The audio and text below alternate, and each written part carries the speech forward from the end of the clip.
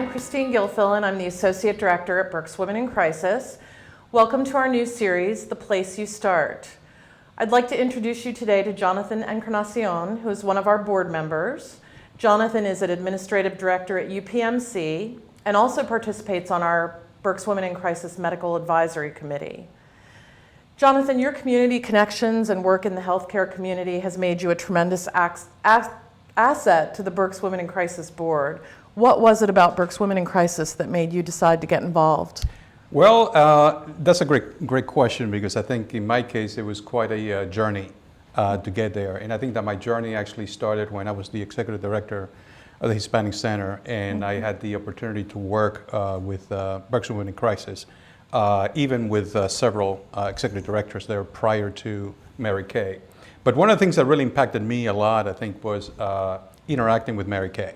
And I interacted with her at a personal level. We had a chance to go out for a scholarship program that we received to participate at a program at Harvard University. So we spent about 2 weeks together, and I got to meet her very well. But what I find to be very interesting about Mary Kay is that she's very passionate about the work that she's doing. Sometimes it's very rare to find an executive director and administrator at that level that truly believes in the cause of what they're representing.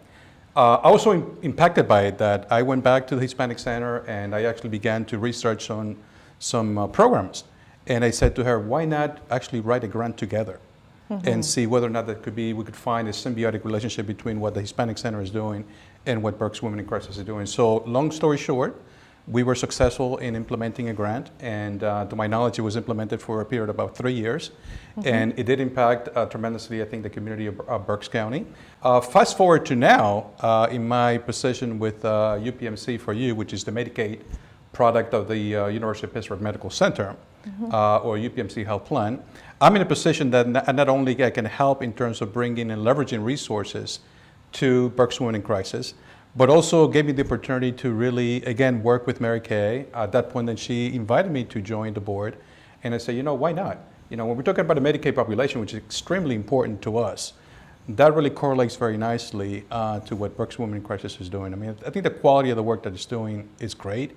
And beyond that, I think also the quality of the staff that we have at Berks Women in Crisis is also equally as good.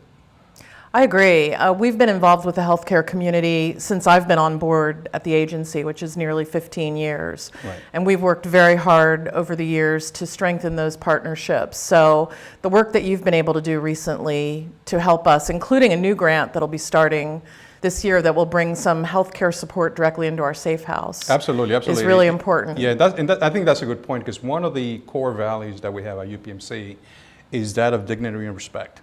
And when you think about a population that really, especially when dealing with domestic violence, it doesn't get any worse than that in terms of impacting dignity and respect. And so I was able to tap to one of the institutions that we have at UPMC, which is the BWIC Institute, to provide funds to be able to implement innovative programs.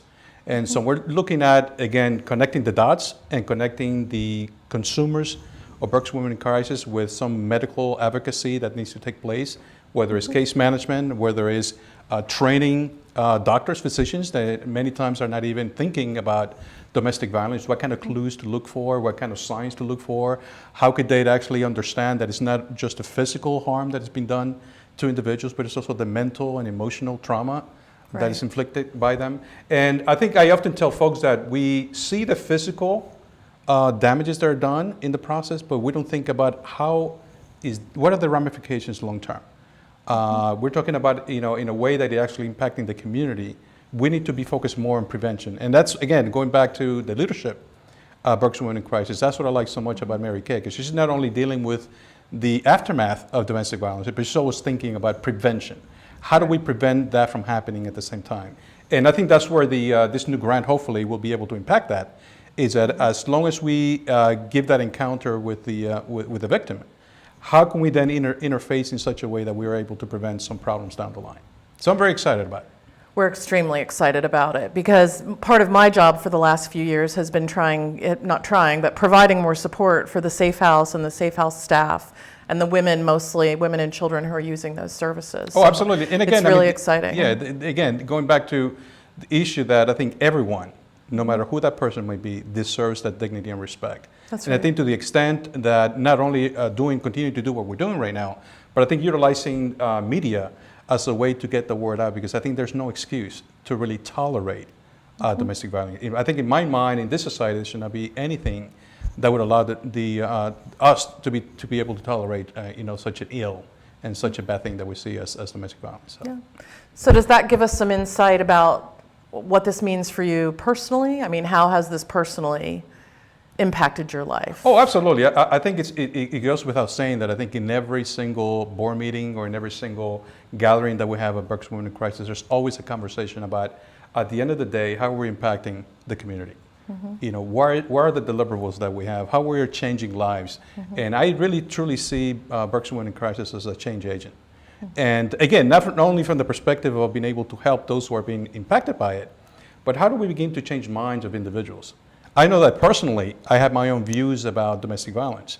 And the more time I spend, with the board, the more time I spend with the staff, the more time I spend learning about it. And for that matter, putting together a proposal so that I can get resources to Berks Women In Crisis, my mind actually shifted. My thinking actually shifted. And I think my idea of domestic violence, I think at the beginning of the process was very shallow. I have to say right now is more like three-dimensional, where I'm looking at domestic violence from many different angles. I'm looking at policy, I'm looking at individuals, I'm looking at society, I'm looking at image, I'm looking about even branding for that matter, in terms of how do we present that to the public. And so I think that everyone should go through a process similar to that. Because again, something as important as domestic violence needs to be spoken and need to be talked about. And we need to continue to have a conversation not only among ourselves, but also with the rest of our society. Well, that's fantastic. Thank you so much. Thank you so much for agreeing to come on the program. You're welcome. And thank you for everything that you've done for the organization as a board member. Yes, and then thank you for having me as a board member, because I think I also get something out of it, something very valuable, and it's really to see the work that you guys are doing and also the sacrifice. Because again, this is not for you, I know it's just not a job, it's a vocation. It's a vocation because you believe in the cause and you know that you're having an impact, and I think that's very important. Yeah, thank you. Welcome. Thanks for being my guest today. You're welcome. Thank you for tuning in to The Place You Start. We have guests stopping by each week. Check in again for more stories at berkswomenincrisis.org. And be sure to like us on Facebook and follow us on YouTube, Instagram, and Twitter.